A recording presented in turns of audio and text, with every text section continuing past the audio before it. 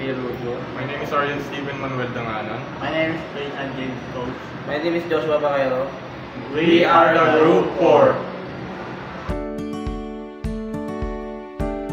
Today, I'll be introducing the part 4 Project AP12 with Challenge. First part is the Arduino Uno board. The next part is the USB cable. The next part is the 16 jumper cable. The next part are the 3 potentiometers. The next part is the RGB LED.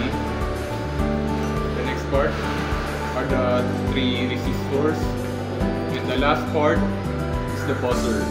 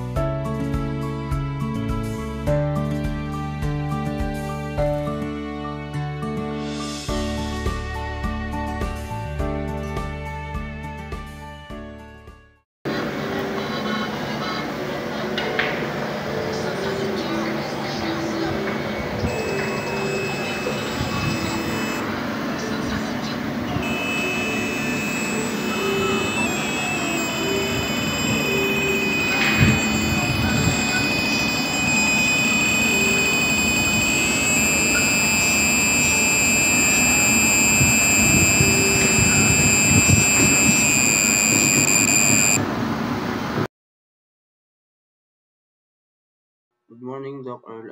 My name is Joshua Baquero and I will show you our code of AP12 bit challenge po.